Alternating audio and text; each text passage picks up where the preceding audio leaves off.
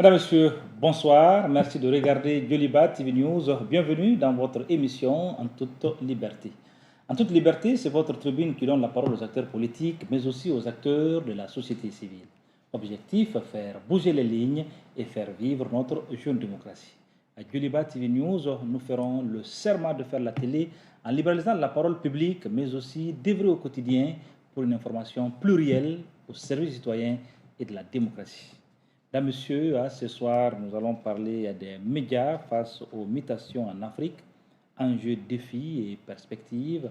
Et nous allons parler de ce thème avec un journaliste, un brillant journaliste, et puis un chercheur universitaire, directeur général de l'ESJC, École supérieure de journalisme et des sciences de la communication. Vous l'aurez compris, notre invité et le directeur général de l'École supérieure de journalisme et des sciences de la communication, Dr Aboubacar Abdoulaïdou Maïga. Docteur, bonsoir.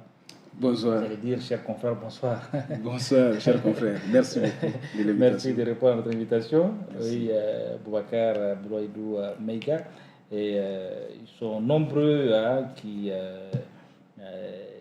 vous connaissent, mais déjà, est-ce que vous pouvez nous parler brièvement de qui est docteur Aboubacar Abdoulaïdou Maïga, et puis peut-être votre passion pour le journalisme, et comment tout cela est venu. Merci beaucoup, cher confrère. Et je ne sais pas si je pourrais parler de moi aussi bien que les autres. Ce qu'il faut savoir, c'est qu'aujourd'hui, je suis enseignant-chercheur au niveau de l'Université des Lettres et des Sciences humaines de Bamako, directeur général de l'École supérieure de journalisme et des sciences de la communication. Et avant ça, j'étais journaliste à l'ERTM pendant au moins 3 ans, c'est-à-dire de 2009 jusqu'à fin 2012. Et je suis aussi, on peut dire écrivain, poète, et on peut même dire artiste aussi, régisseur. Et aussi, on a plusieurs, comme on dit, on a plusieurs chapeaux sur notre tête à travers. Mais aujourd'hui, vraiment, tel que je me reconnais, c'est vraiment l'enseignant-chercheur au service de la nation. Okay. L'enseignant-chercheur au service de la nation qui, depuis un moment, est directeur général de l'École supérieure de sciences, l'École supérieure de journalisme et des sciences de la communication. Déjà, comment se porte l'école de journalisme?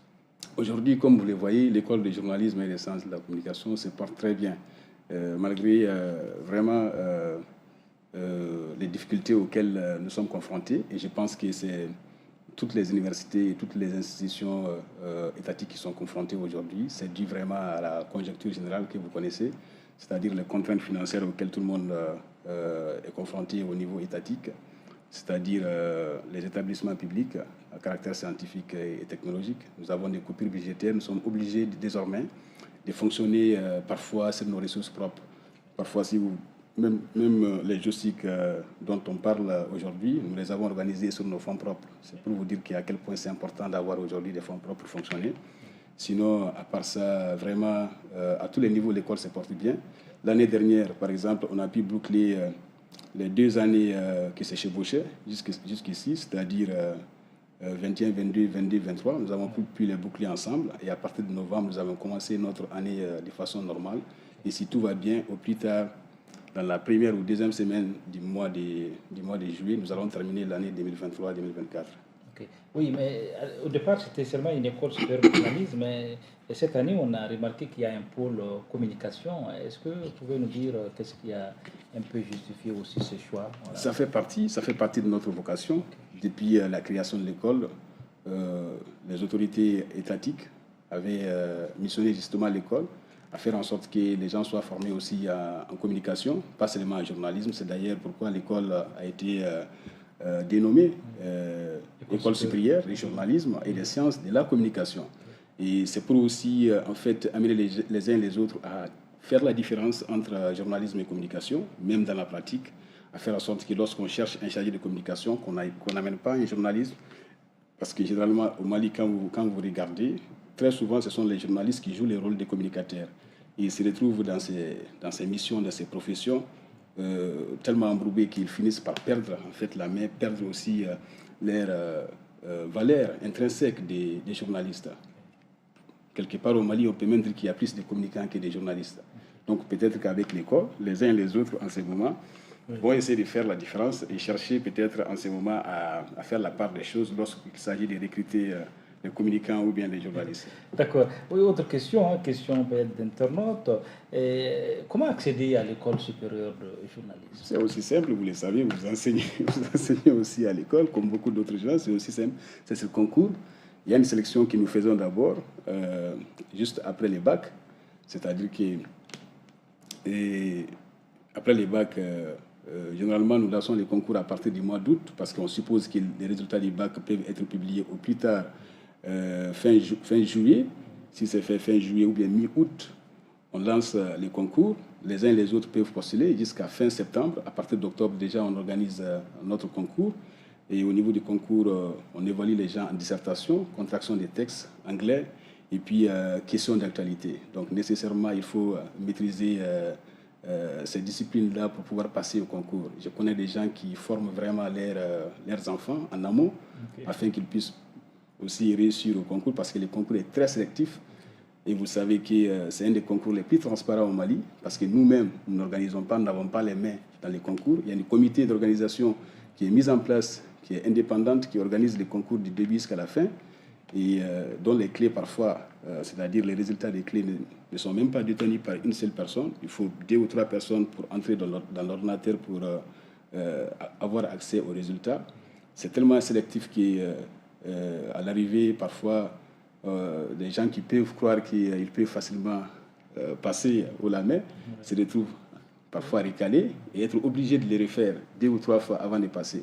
Et ce qui est plus intéressant avec les concours de l'EGSC, c'est que c'est un concours qui est ouvert à tous les bacheliers, de toutes les disciplines et presque de toutes les années de bac aussi. Parce que si la personne n'a pas au-delà de 25 ans, la personne peut participer au concours. À partir de cette année, on a vu qu'avec l'accord de notre conseil d'administration, les premiers au concours, c'est-à-dire les 5 premiers au concours, détenteurs du bac en cours, que ce soit en journalisme ou bien en communication, ils sont bénéficiaires d'une bourse qui leur permet d'étudier pendant 3 ans au niveau de l'EGSC, c'est-à-dire de la licence 1 jusqu'à la licence 3, de façon gratuite.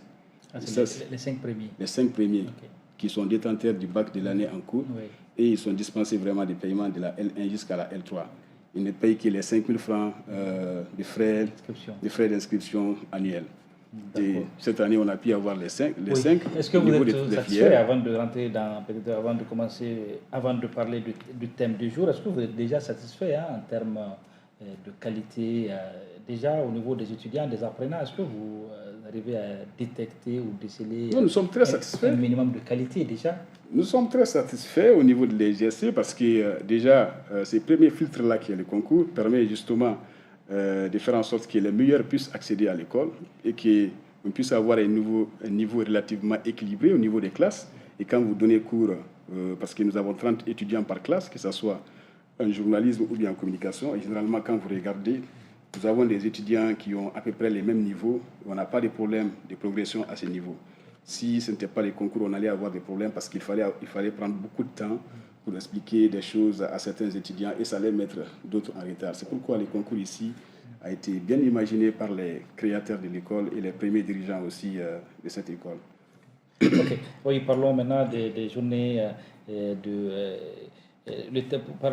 parlons maintenant du thème retenu pour les journées scientifiques de l'École supérieure de journalisation de la communication, les médias face aux mutations en Afrique, enjeux, défis et perspectives, et le thème générique est retenu cette année avec des sous-thèmes bien sûr. Oui. Déjà, qu'est-ce qui a pu justifier le choix de ce thème?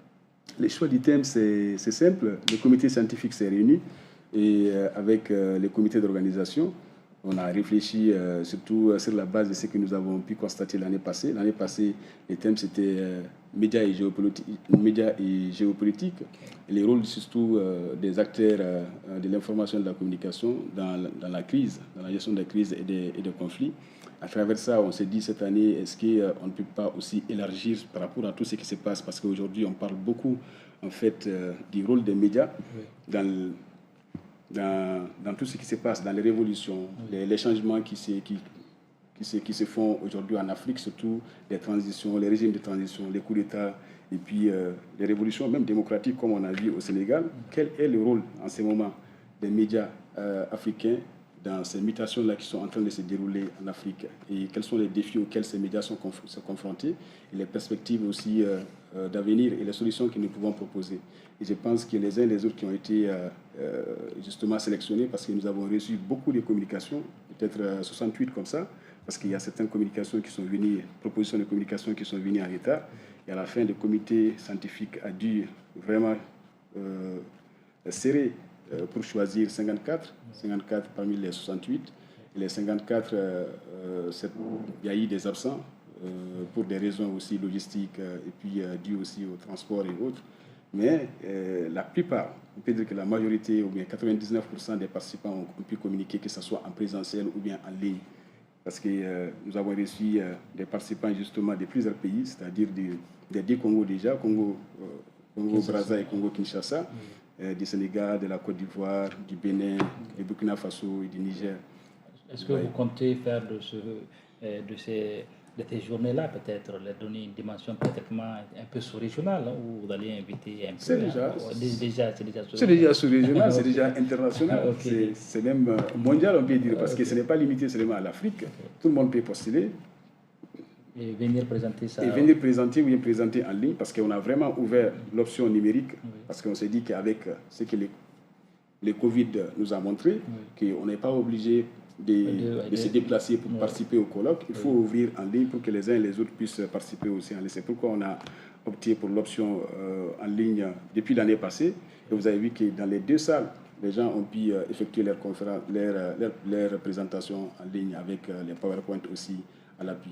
Okay. Est-ce que pour vous, 2 jours, c'est largement suffisant, ou bien vous pensez peut-être élargir un peu, ou bien c'est juste en compte tenu des ressources financières? Non, oui. Je pense que l'expérience de cette année nous a montré que les 2 jours étaient vraiment insuffisants. Il fallait peut-être élargir, aller jusqu'à 3, alors qu'au début, on pensait qu'avec les 20 minutes et puis les 30 ou 40 minutes réservées aux discussions, que ça pouvait suffire largement pour les faire en 2 jours. Mais après, les débats ont été tellement passionnants et intéressant qu'on a failli même ne pas organiser la cérémonie de clôture, parce que jusqu'à la fin, les gens ont continué à communiquer jusqu'à 17h, donc il a fallu attendre beaucoup de gens.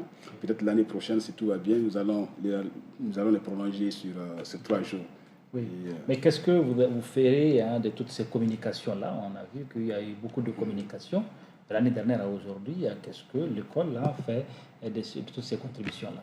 Non, et dès le départ, l'idée vraiment, c'est de créer une mémoire des GEOSIC, une mémoire vraiment de cette rencontre internationale que nous organisons ici dans le cadre des sciences de l'information et de la communication. Sans ouvrages, on ne peut pas en fait matérialiser, on ne peut pas sauvegarder en fait la mémoire d'un événement. C'est pourquoi dès le départ, on a pensé à publier les actes vraiment des GEOSIC. L'année passée, on a publié les actes des GEOSIC qui sont actuellement en correction, parce que la première version est venue, on a regardé, on a évalué, mais on a vu qu'il y avait quelques coquilles à corriger. On a renvoyé l'édition en ce moment à l'éditeur, et c'est en correction. Ça devait même venir avant l'entame de ces GEOSIC. Mais peut-être dans les jours à venir, nous allons avoir cette version. Et aussi pour cette année, si tout va bien, d'ici la fin de cette année, nous allons chercher à publier les actes aussi de cette 2e édition. Et j'espère que les uns et les autres vont envoyer aussi les contributions à temps, parce que ça dépend aussi de ça. Donc le thème de l'année prochaine, est-ce que c'est déjà connu ou bien c'est après? C'est un comité qui siège pour donner déjà le... Exactement, c'est un comité qui doit siéger pour déterminer vraiment les thèmes, parce qu'il y a plusieurs propositions. Cette année, on avait, je ne sais pas, 6 ou 7 propositions de thèmes. Finalement, le comité a décidé de retenir les médias face aux mutations en Afrique, sinon il y en avait d'autres.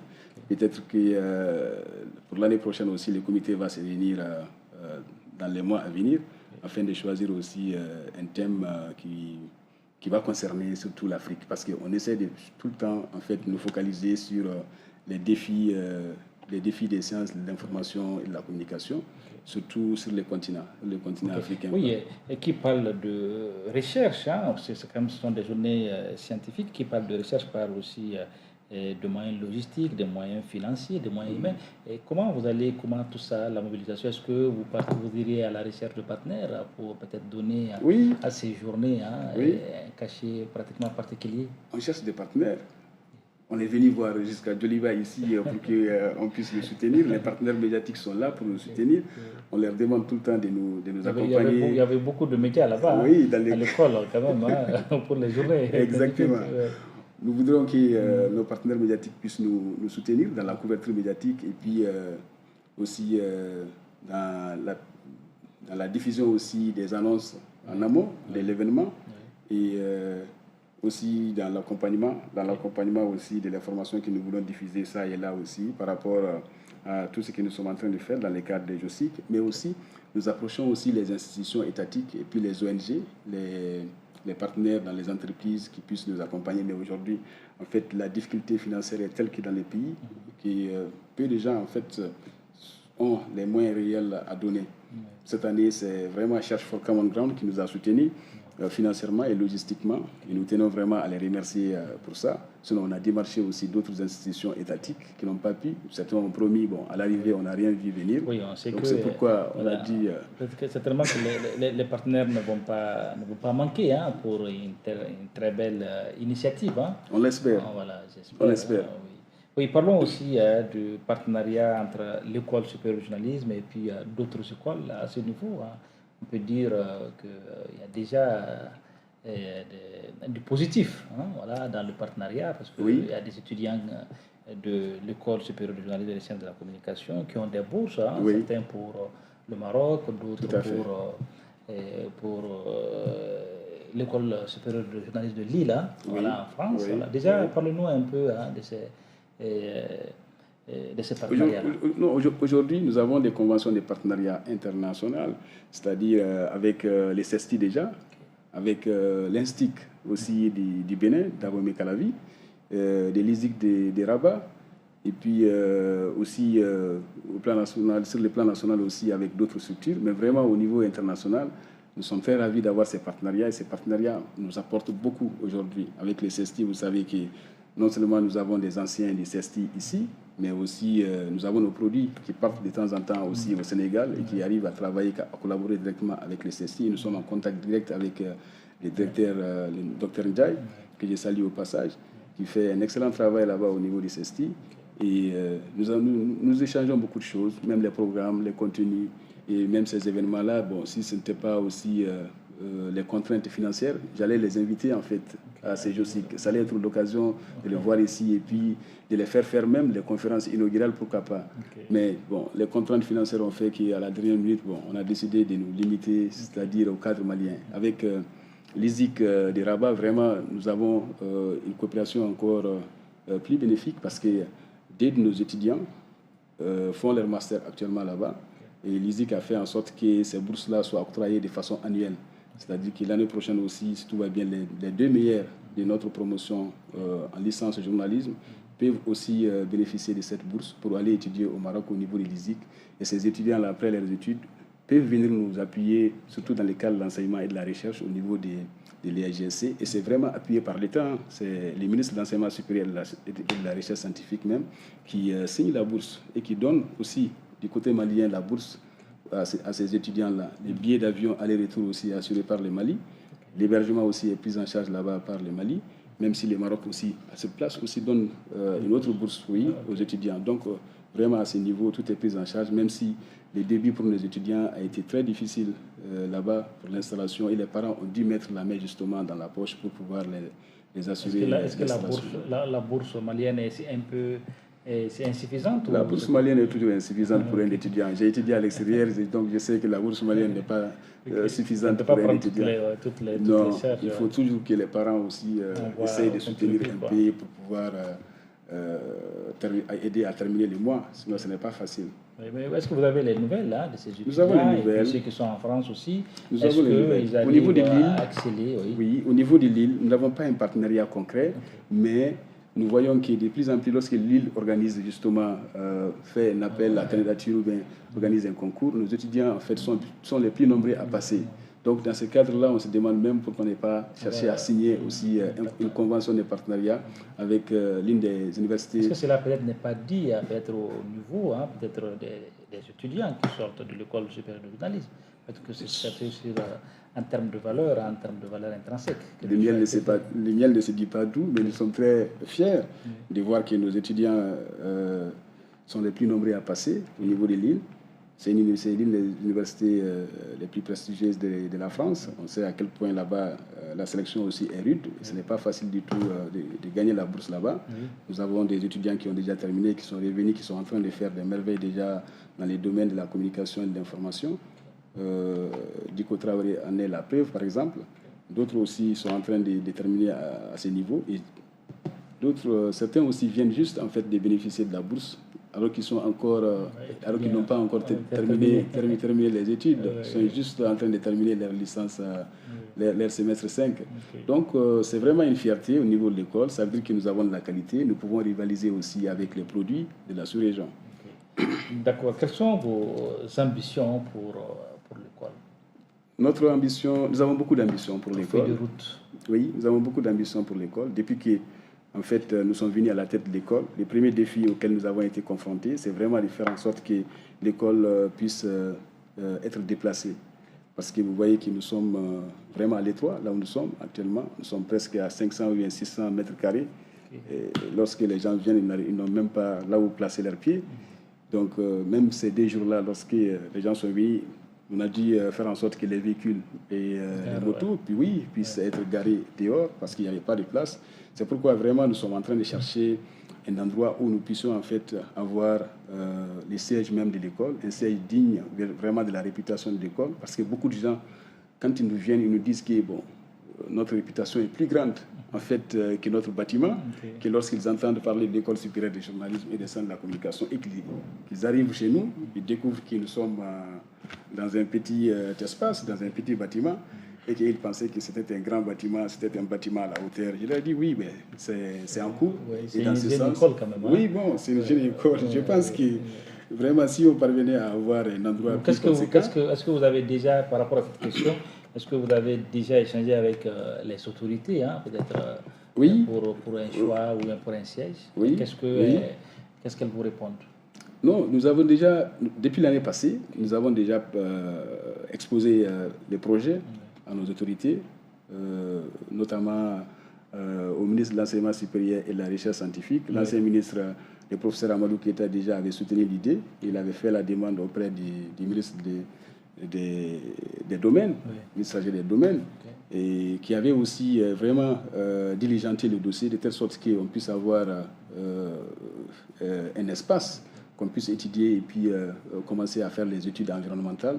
Et le ministre actuel aussi, le professeur Brahima Kansai, lorsqu'il est venu aussi aux affaires, on l'a rencontré pour lui exposer aussi les problèmes. Il a tout de suite pris les dossiers à bras le corps. Même récemment, quand il était à l'école, il me demandait par rapport à l'avancement du dossier. Et le ministre aussi, le ministre actuel aussi chargé des domaines, et lui aussi la même chose. Il nous a même rencontré avec tous les directeurs des départements concernés, directeurs de l'urbanisme des domaines, et il nous a directement mis en contact avec les directeurs de l'urbanisme. Et les dossiers avancent à grands pas là où nous sommes actuellement. Bon, il y a certaines choses qu'on ne peut pas dévoiler publiquement, mais les dossiers avancent et c'est soutenu par les autorités étatiques. Autre ambition pour l'école, en plus du local, quelles sont vos grandes ambitions pour l'école? Bon, à court et moyen terme, là où nous sommes actuellement, nous ambitionnons déjà en fait de consolider les acquis. Consolider les acquis, c'est quoi? C'est faire en sorte que la licence en communication qui a été ouverte cette année puisse déjà progressivement marcher. Il faut aller vers la licence 2, licence 3 et faire en sorte que ces produits-là aussi puissent sortir sur le marché et faire en sorte que leurs diplômes aussi soient habilités. Et au niveau du master aussi, nous comptons, si tout va bien, l'année prochaine, ouvrir les masters en communication progressivement. On a lancé aussi la licence journalisme en formation continue cours du soir. Même actuellement, les gens sont en train de prendre le cours de 17h à 21h. ce qui doit être aussi consolidé pour que ceux qui travaillent dans les médias et qui ont envie de venir vraiment se former davantage, avoir un diplôme, surtout au niveau de la licence en journalisme, puissent venir directement à l'école, travailler les matins et venir faire les cours dans l'après-midi. Ce sont des choses que nous voulons consolider et à l'avenir peut-être même créer un laboratoire de recherche, pourquoi pas.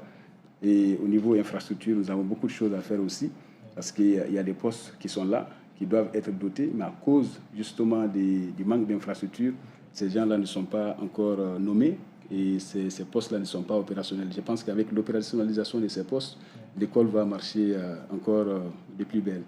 Ok, oui, bon, généralement on n'aime pas qu'on parle du budget, le budget de l'école là. Le budget de l'école c'est connu, nous on fait notre conseil d'administration, on le dévoile tout le temps, on parle de 500 millions, les 500 millions là, quand les gens entendent 500 millions de francs CFA, et sur les 500 millions vous allez trouver que par an, nous fonctionnons uniquement avec 123 ou bien au plus 200 millions. Et sur les 200 millions, on enlève les salaires, on enlève l'électricité, on enlève les bâtiments et autres. Parce que beaucoup de gens entendent que vous avez pour eux, 500 millions. C'est un budget fictif qui est là. Tant que vous n'avez pas l'argent, vous ne pouvez pas dire qu'il y a en fait ce budget-là. C'est à la fin de l'année que vous allez savoir si sur ces 500 millions qui ont été prévus, combien vous avez pu avoir, combien l'État a pu vous donner. Et au niveau de vos ressources propres, vous faites aussi des prévisions par rapport aux inscriptions. Et si tout le monde ne paye pas, parce qu'on était confronté jusqu'aujourd'hui, on peut le dire, on est confronté justement au problème des paiements aussi, des frais pédagogiques et des frais administratifs. Et ça se comprend parce qu'il y a beaucoup de difficultés financières à tous les niveaux et les parents viennent nous demander tout le temps pour qu'on puisse leur donner des sursis afin qu'ils puissent aussi trouver les moyens de venir payer. Oui. Sur d'autres aussi, on sait qu'on aurait mis les étudiants à la porte, mais nous essayons d'avoir tout le temps en fait une approche en fait solidaire avec les uns et les autres, avec les étudiants, pour faire en sorte que les études puissent continuer et qu'ils continuent aussi à payer les frais pédagogiques. Et à ce niveau, on a beaucoup de problèmes parce que vous voyez par exemple, lorsqu'au niveau étatique, on n'arrive pas à avoir les ressources, il faut se rabattre sur les ressources, sur les fonds propres pour faire fonctionner en fait l'école. Et lorsqu'à ce niveau, il n'y a pas de ressources, vous ne pouvez même pas acheter du carburant pour faire fonctionner en fait l'électricité. Oui. Et vous avez vu qu'à l'école, l'électricité ne se coupe jamais. Il y a un groupe électrogène qui est là, qui doit être tout le temps en marche. Parce que à cause justement du fait qu'on se trouve dans un endroit très bruyant, à côté de la route, on ne peut pas ouvrir les fenêtres. Il faut tout le temps en fait rafraîchir l'endroit et faire en sorte que les étudiants puissent, que les professeurs puissent étudier dans des conditions normales. Et pour ça, il faut de la climatisation. Et la climatisation, elle est très chère. Et à ce niveau, si les gens ne payent pas, on ne peut pas assurer le minimum pour une formation adéquate et confortable. Ok. Un message peut-être pour les enseignants, les enseignants-chercheurs, les professionnels, les techniciens professionnels qui sont là-bas. Qu'est-ce que vous attendez concrètement du corps professionnel aussi? Non, on attend vraiment du corps professionnel une disponibilité, une compréhension, parce que la compréhension, elle a été jusqu'à présent de mise, parce que vous avez vu que pratiquement, on n'a pas vraiment de débrayage au niveau des enseignants, parce que nous avons des enseignants très, très compréhensifs à ce niveau. Ils ont fait 2 ans sans paiement de leurs heures et tout. On leur a expliqué la situation. Ils ont été très, très accueillants, favorables justement à l'approche que nous avons adoptée ensemble. Maintenant, nous sommes en train d'apurer en fait toutes les dettes. Je peux même dire que toutes les situations se trouvent aujourd'hui au niveau du Trésor. Beaucoup de choses ont été payées. Cette année même, je pense que nous allons régulariser même les paiements de nos heures supplémentaires avec peut-être justement l'accord du Trésor public. Si ça venait à se payer à temps, à ce niveau, vraiment, nous avons une compréhension. Nous avons une compréhension, une complicité avec nos enseignants. Nous attendons d'eux aussi de la régularité parce qu'on a vu qu'il y a certains enseignants qui ont voulu, par exemple, donner des cours chez nous et qui ont commencé 2 ou 3 fois après qu'ils ne venaient plus, alors qu'à ce niveau, les chefs de département sont très exigeants. Si un enseignant venait à s'absenter 2 ou 3 fois, ils peuvent facilement les remplacer, amener un autre, parce qu'il y a une question de rigueur sur laquelle l'école a bâti sa réputation. Et à ce niveau, il y a certaines personnes qui ne comprennent pas qu'il faut dissocier amitié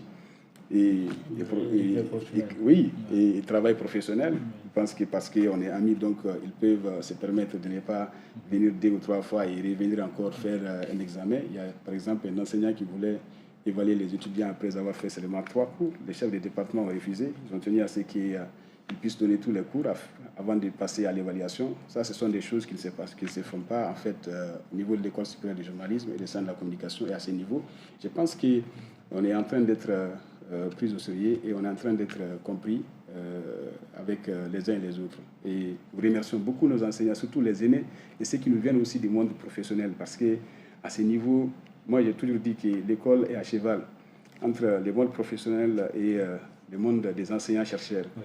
Et nous avons besoin de la présence des enseignants du monde professionnel pour que nos formations continuent à être professionnalisantes. Sans les rapports, on ne peut pas donner les licences professionnelles. Et puis, personne ne peut venir faire en fait, des travail qui est effectué par les enseignants du monde professionnel. À ce niveau, il n'y a pas de risque parce que je vois parfois il y a des gens qui pensent qu'en fait, les enseignants-chercheurs peuvent venir les remplacer. Non, ils ne peuvent pas venir remplacer ceux qui travaillent par exemple sur le montage, ceux qui font par exemple les journaux parlés, les journaux télévisés. Ça, ce sont des choses pratiques. Et c'est sur ça que l'école est en train de bâtir justement sa réputation parce qu'on a plus besoin de pratiques au niveau de l'école que des théories. Et à ce niveau, vous savez très bien que nos enseignants qui nous viennent du monde professionnel ont un traitement particulier. Ils sont mieux traités en fait que les enseignants chercheurs que nous avons. Même en termes de rémunération, la rémunération est beaucoup plus importante que celle des enseignants chercheurs de l'État, parce que ceux-ci bénéficient déjà d'un salaire en amont. Et je ne sais pas, de l'autre côté... Oui, les autorités, un message pour les autorités. Oui, de l'autre côté, bon, on attend des autorités qu'elles puissent aussi nous soutenir, nous trouver rapidement un endroit. Oui. Par exemple, comme on a fait avec l'ONAPIMA, on a vu qu'on est parti subitement poser la première pierre de l'ONAPIMA, par exemple, dans la zone aéroportière. Nous aurons voulu aussi que l'école supérieure du journalisme puisse bénéficier d'une telle attention, afin qu'on puisse aussi rapidement avoir un endroit, qu'on puisse procéder aussi à la construction, parce que vous savez, à ce niveau, en matière de sciences de l'information et de la communication, la formation même, l'école supérieure du journalisme et des sciences de la communication est l'unique structure étatique qui forme les journalistes et les communicants de ces pays. Oui. Donc l'État doit y mettre les moyens, parce que plus les journalistes se portent mieux, plus en fait, je pense que le traitement de l'information est cadré, réglé, et puis échappe à toutes les bavures possibles. Et personne d'autre ne peut venir en fait nous imposer quoi que ce soit, parce que les journalistes sont bien formés. Ils savent ce qu'ils doivent dire pour leur pays, défendre les intérêts de leur pays, et puis ils savent aussi comment le dire, où le dire, et pour quelles raisons il faut le dire. Ils sont responsables. Mais si vous ne faites pas ça, vous laissez tout le monde, c'est-à-dire vous laissez l'information dans la main de tout le monde, des amateurs, des gens qui n'ont même pas de formation journalistique, qui ne connaissent même pas l'éthique et la déontologie journalistique. Bonjour les dégâts en ce moment. Oui, bonjour les dégâts. Justement, cette question, je vais vous la poser, justement. Et voilà. Les étudiants, ceux qui sont à l'école supérieure de journalisme et des sciences de la communication, ont fait le choix d'aller apprendre le métier, d'aller apprendre la collecte et le traitement de l'information, et la rigueur professionnelle, l'éthique et la déontologie. Au moment, là, nous constatons qu'ils sont nombreux qui n'ont jamais été à l'école et qui aujourd'hui sont en train de venir aussi et dans ce métier-là. Voilà, souvent sans formation aucune, formation aucune. Est-ce que ça, c'est pas aussi une menace pour les étudiants et puis pour l'école supérieure de journalisme? Qu'est-ce que vous faites? Moi, je pense que c'est une menace en fait pour le pays aussi, pour toute la presse du Mali, pour toute la presse, pour tous les secteurs médiatiques et les secteurs communicationnels du Mali. Il faut que l'État prenne des mesures en fait pour réguler les domaines. On ne doit pas accepter tout le monde en fait dans ces domaines. C'est très sensible. L'information, le ministre a dit l'autre jour, l'information est très sensible pour la laisser dans la main des amateurs et des gens, des personnes moins avisées. Si vous ne contrôlez pas l'information, vous ne contrôlez pas votre pays. Donc ça passe par là. C'est pourquoi il faut vraiment faire en sorte que ce soit des gens bien formés. Aujourd'hui, vous pouvez être avec quelqu'un parce que la personne vous jette des discours dithyrambiques, vous faites des louanges, ça fait votre affaire. Mais demain, immédiatement, si quelqu'un d'autre lui donne plus, il peut se retourner contre vous. C'est au moment que vous allez découvrir que, attention, il fallait chercher un informateur professionnel. parce que c'est déviant et ça peut vous échapper du jour au lendemain. C'est pourquoi moi je pense qu'on doit faire en sorte que même ceux qui ouvrent aujourd'hui en fait des médias en ligne sur les réseaux sociaux puissent avoir des enregistrements, puissent aller s'enregistrer au niveau de la HAC et puissent avoir aussi des cartes de presse parce que mais aussi d'informations. Cette information à l'école du journalisme. L'État nous a missionnés pour ça. C'est pourquoi on a ouvert. Voilà. Oui, c'est pourquoi on a ouvert en fait la formation continue. Ils peuvent venir directement s'inscrire. La porte n'est ouverte, n'est fermée à personne parce que nous sommes une structure étatique. Nous sommes là pour former les citoyens maliens. Tout celui qui vient, qui est malien ou bien même qui est de l'étranger, qui veut venir se former, l'école est ouverte pour les prendre. Et à ce niveau, on a démarché tout le monde. Moi, quand je suis venu, j'ai fait presque le tour de tous les médias. Certains m'ont même critiqué à cause des visites que j'ai effectuées au niveau des médias en ligne. Vous voyez, non, pourquoi je parle, parce que ce ne sont pas des professionnels. Je leur ai dit non, nous sommes une école. Nous allons vers tout le monde. Nous voudrons que tout le monde vienne en fait, à notre niveau pour se former, pour se recycler, pour renforcer ses capacités. Si on ne va pas vers eux, qui ira justement leur demander de venir se former? C'est à ce niveau qu'en fait... et se trouvent les problèmes. Et je pense qu'à ce niveau, vous avez parlé de nos étudiants. Nos étudiants n'ont pas concrètement des problèmes dans l'immédiat par rapport à l'emploi. Je pense que les promoteurs des médias, les propriétaires en fait des organes, ils cherchent la qualité en fait. Lorsque nos étudiants partent en stage, ils savent faire la différence entre, c'est-à-dire les différents produits qu'ils reçoivent. Si vous voyez que vous avez reçu un journaliste qui vous appuie, dont le travail est de meilleure qualité, vous êtes obligé de le retenir et de lui proposer un contrat, sinon il ira ailleurs. Et à ce niveau, moi je pense que c'est la qualité qui se vend. Je n'ai aucune crainte en fait pour vraiment l'employabilité de nos étudiants parce que je sais que ce soit au Mali ou bien à l'extérieur ou bien sur leur propre compte, ils peuvent aller faire carrière au niveau des séances d'information. Oui, on est pratiquement à la fin de l'émission. Si vous avez un dernier message, c'est quoi le message pour tous ceux qui nous suivent et puis voilà. Peut-être le dernier message, c'est vraiment de remercier tout le monde, comme nous sommes vraiment dans la mouvance des JOSIC. Je tenais à remercier vraiment les deux ministres vraiment qui ont tenu à effectuer le déplacement pour venir honorer notre activité par leur présence. Les ministres professeur Bourema Kansa, de l'enseignement supérieur et de la recherche scientifique, et les ministres Alamdou Ag-Ilien, de la communication, de l'économie numérique et de la modernisation de l'administration. Vraiment, nous sommes très ravis de leur présence à nos côtés lors de la cérémonie de lancement. Ça dénote aussi de leur soutien à l'égard de l'école et de la cause de l'école. Je sais qu'ils sont en train de soutenir aussi notre dossier de quête des sites pour la construction du nouveau CL de l'école. Je tiens aussi à remercier la présidente du comité d'organisation, Dr Diakité Fatoumata Fofana, qui, malgré sa présence dans les comités du dialogue intermalien, a tenu à diriger son comité vraiment avec brio et beaucoup de diplomatie. Et elle s'est même effacée à un point que les gens oublient parfois que c'est elle qui dirigeait tous les comités d'organisation. Je remercie aussi toute son équipe et puis Madame Idlet Bissou aussi, qui a dirigé vraiment une équipe formidable, des jeunes journalistes, c'est-à-dire nos journalistes qui sont en L3, que ce soit en presse écrite, en radio ou bien en télévision. Ils ont fait une couverture médiatique formidable que vous pouvez retrouver sur Internet, sur la page JOSIC aussi. Et ils ont fait même des JT radio, JT télé. C'était très intéressant. Moi, je pense que ça montre vraiment que ce sont déjà des professionnels confirmés avant même de les mettre sur les marchés. De l'autre côté, je remercie aussi le président du comité scientifique, l'ancien directeur de l'École supérieure du journalisme et des sciences de la communication, le professeur Alassane Diakité, avec son vice-président, l'ancien ministre, Dr Sidiki Mfakonate, qui enseignent tous au niveau de l'École supérieure du journalisme et des sciences de la communication. Je remercie aussi vraiment tous les enseignants qui sont venus modérer les panels, les différents panels. Je sais que ce n'était pas du tout facile. Ils l'ont fait bénévolement et de façon gratuite aussi. Cela aussi montre leur accompagnement, leur soutien envers les JOSIC. Je salue aussi les rapporteurs, surtout les rapporteurs généraux, Dr Djessa Balo, qui a vraiment fait un excellent rapport général à la fin de la clôture. Et remercier aussi tous ceux qui étaient à nos côtés, les présidents de la Maison de la Presse, les présidents de l'Appel Mali, tous les partenaires, que ce soit des médias comme Djoliba TV, les autres médias aussi qui nous ont soutenus.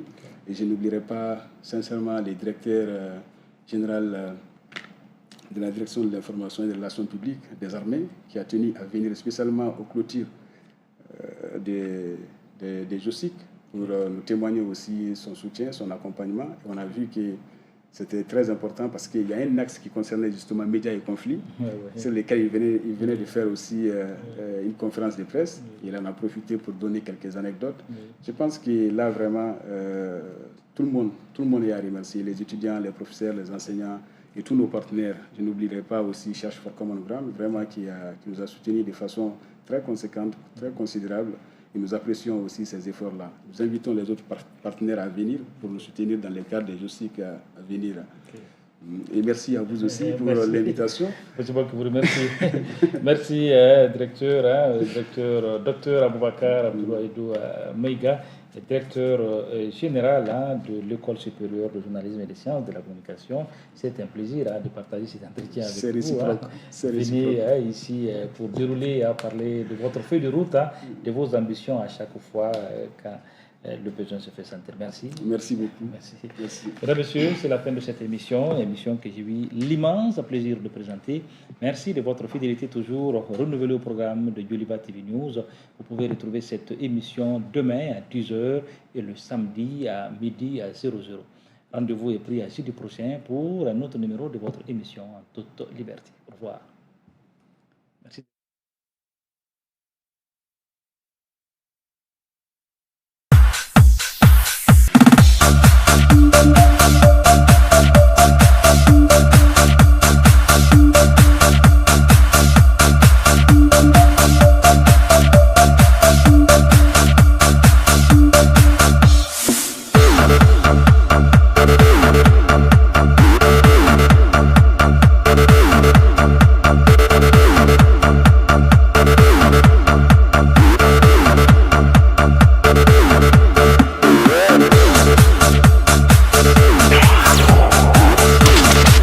En toute liberté.